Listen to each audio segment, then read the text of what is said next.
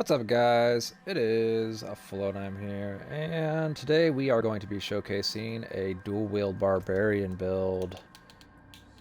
And what our dual wield is focusing on is the Ramaladni's magnum opus. Unique. Pretty common one, you come across it a lot. And I know everyone likes to run the two-hander, and that's how everyone builds their barbarians, right? And I wanted to do something different and show that it's viable to run dual wield. There's actually quite a bit of benefits to running dual wield. One is you get better resource sustain, and two is you have faster attack speed. So three, combined with that faster attack speed, is anything that you have that's proccing on hit, right? So you have anything that's proccing on hit, all of those things have 10% increased power from the 1.1 multiplier on the attack speed of our weapons for our whirlwind. And the 1.1 multiplier does apply to whirlwind off of weapon attack speed, just you cannot add any different modifiers to that to increase the whirlwind's attack speed anymore, but it will be, in fact, 10% faster than using a two-hander. Real quick, we'll go over the aspects in the build. I'm running a very defensive build. So this is all personal preference, a lot of this. I just like to run more defensive. So I run max life, max armor, life on kill and cooldown reduction. Life on kill could be something else. Figure out what you want, right? It's imprinted with the armor, 0.45% armor increased for 4 seconds when you deal any form of damage, stacking up to 45%. I have better rolls of this. I'm just using this in case I come across a better helmet. It's pretty much mandatory for a barbarian to run that aspect.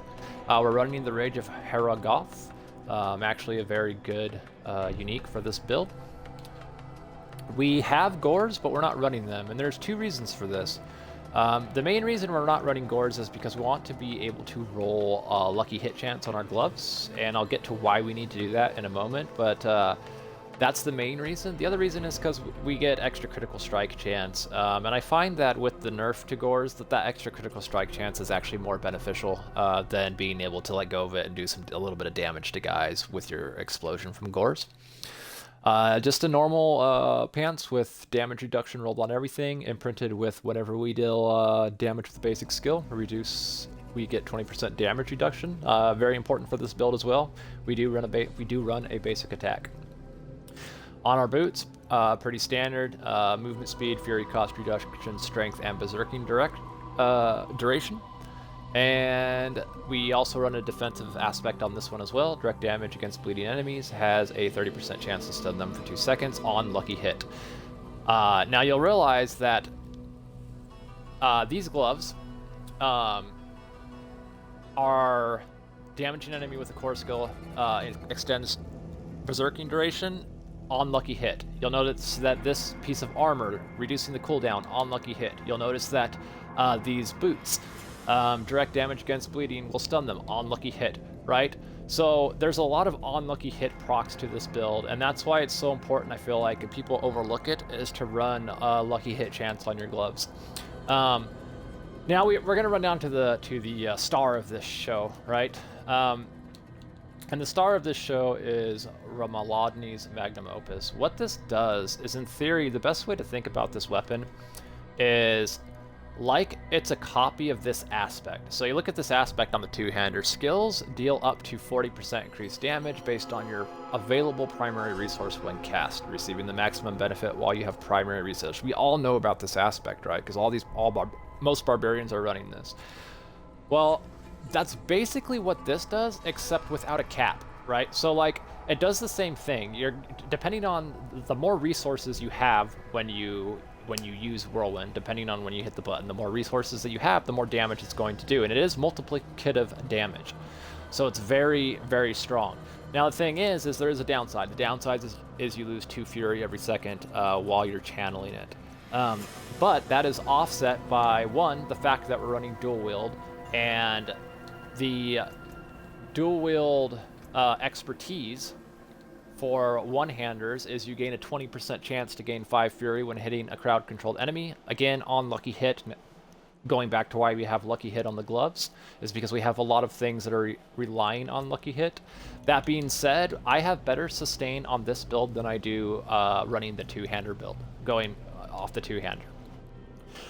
Now, the more Fury you have, like as far as speccing into Fury, the more damage you're going to do. For every 3 points of Fury, max Fury you have, it's basically, you know, an extra % of damage that the ability is going to do when you use this. You do give up some things for this, though, you know, because if you give up having another stat stick, you give up core, vulnerable, strength, and critical strike damage, right? So we're giving all those things up to run this because we have not ideal rolls on the rest of this piece of gear, right?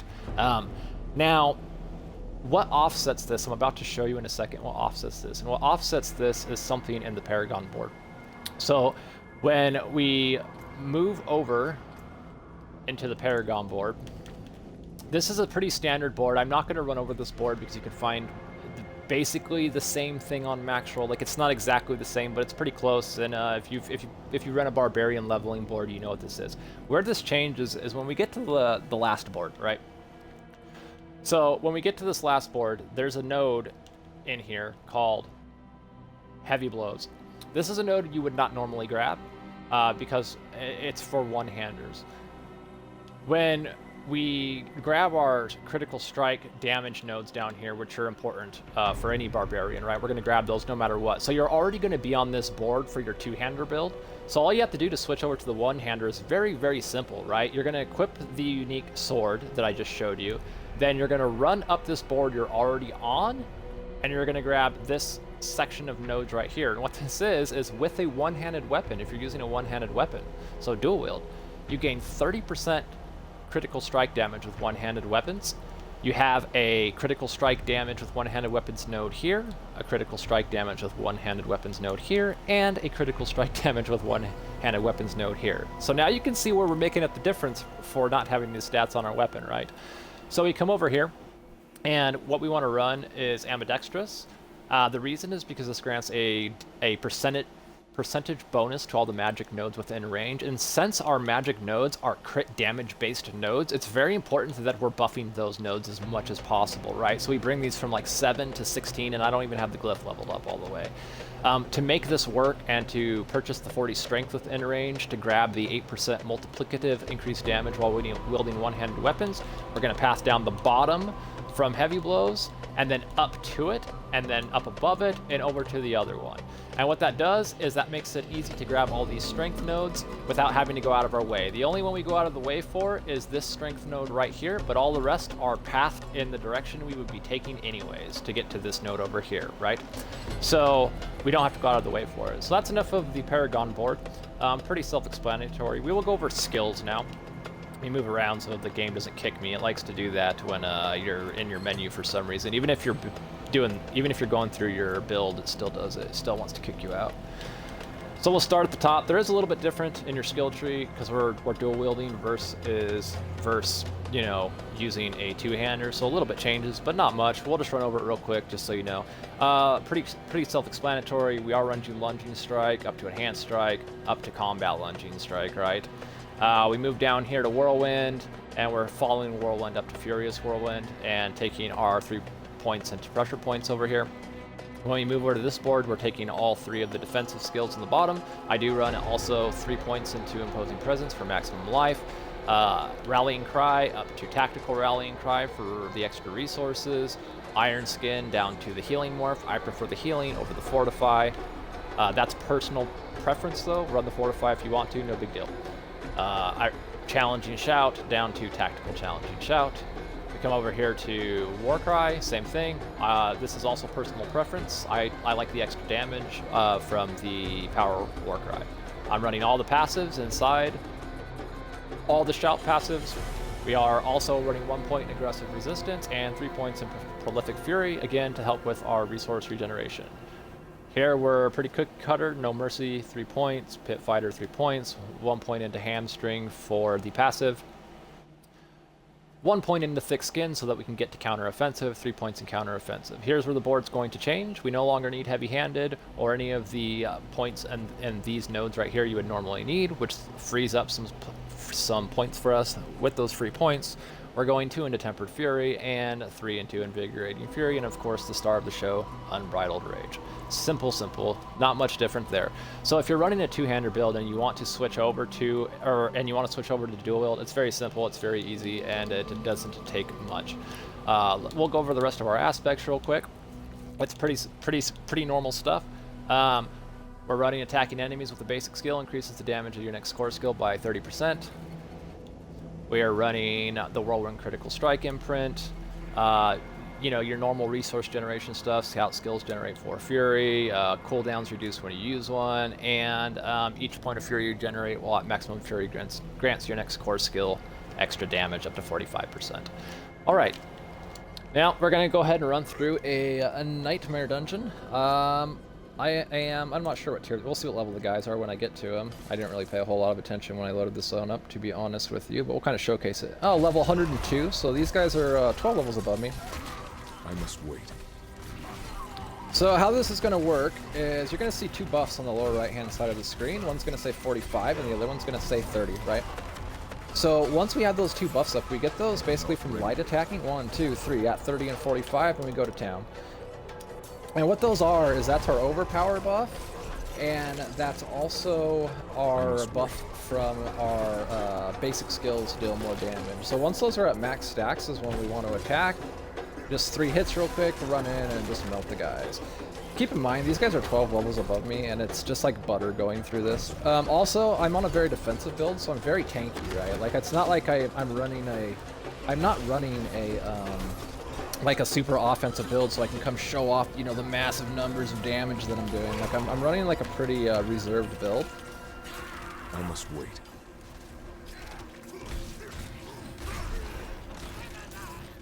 Easy peasy. I must wait.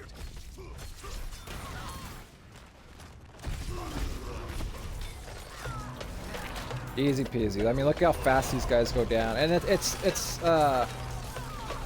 you would think that you would think you're doing less damage with the dual wield, but the truth of the matter is like with the speed increase and being able to grab the extra crit damage nodes, I really don't, you know, it's not a whole bunch of less damage. Keep in mind, I'm not running the damage ultimate right now. I'm running Iron Skin instead. You know, if you're running the damage ultimate, obviously that's going to increase your damage some more. So there's ways to get a lot more damage out of this build if that's what you're after.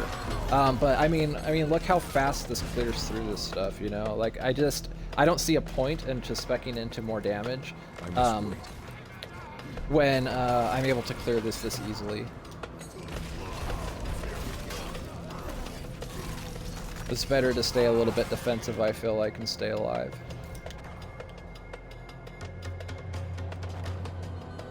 So I'll just kind of be quiet for the rest of this and just run this rest of this Nightmare Sigil, so you guys can just see how the build performs. And I'm doing this live. This isn't like a pre-recorded thing a pre-recorded run that I've done, you know, to like showcase like the absolute highest numbers I've gotten, and you know that. This is literally I'm just recording this and playing at the same time, just to get the video going. I must wait.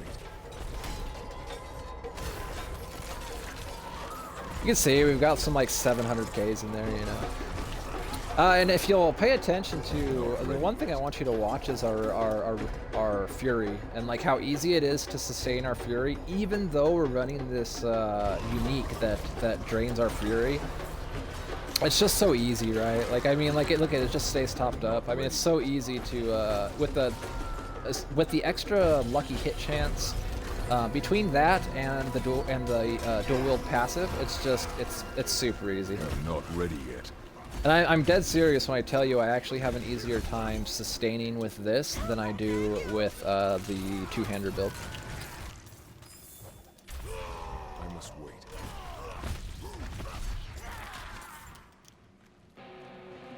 Probably should have grabbed that. That could have been my best in slot, right? Just kidding. I'll just stand in the fire, no big deal. I'm not ready yet.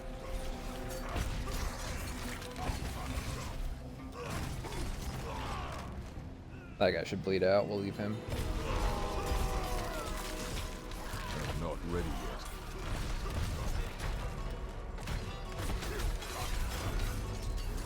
There's a big mob of guys. Just gone, just melted. I must wait. What elites, right? What elites? I mean, we could pretty much just train wreck through these level 102 guys at level 90 like we were, like, you know, just in the open world, Not just ready like running yet. through the open world. Not much of a difference for this, honestly.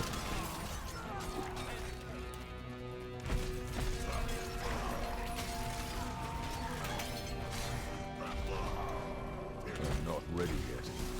The build does play a little different, just because we are relying on Ramaladni's, the unique sword, in order to do damage. So we do want to make sure we top our fury off generally before we start a pull.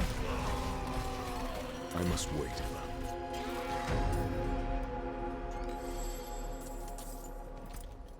Am I going the wrong way? I don't know. Slay the favored. We got 2 more guys to kill.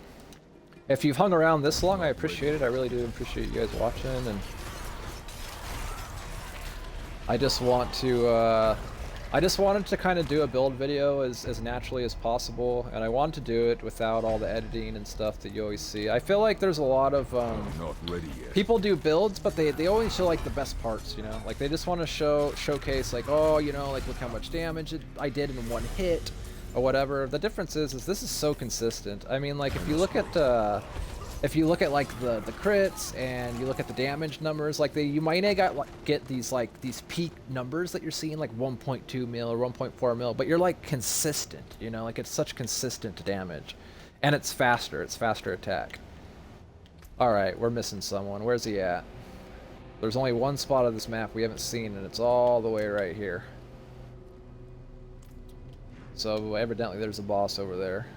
Good old Diablo making us backtrack across the whole world, huh?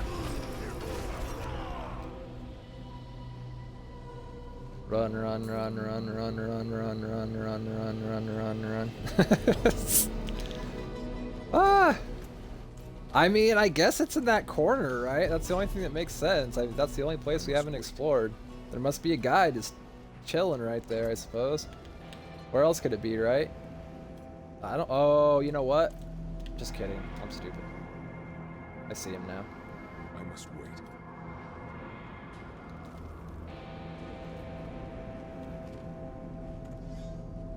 Again, thanks for watching, guys. I hope this opens up some avenues for you to explore new builds and not just think that you have to run, you know, whatever someone says to run.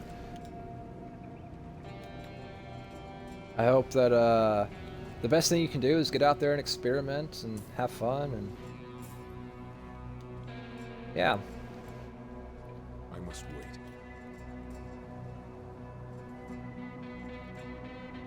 Again, I appreciate you watching. Sorry I'm having to backtrack through a whole dungeon because I wasn't paying attention when I was running through it the first time. Alright, we found him. He's hiding back here in the corner. There he is, and there he was. What a joke.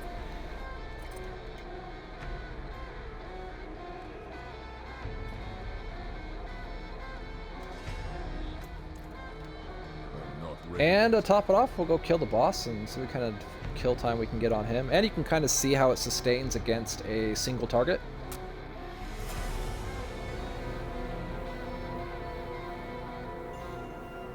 And here he is. So we're gonna go in 1, 2, 3, and go to town. I'm not ready yet. 1, 2, 3. And you don't have to reproc the 3 attacks. And look at my fury. I mean, it's just no problem, right? Like, we can just sit here and just go to town. And why is that? Because we're dual wielding. Thanks for watching, guys. I hope this video was informative for you and it gave you some new ideas and new things to try in your build. Until next time, enjoy life.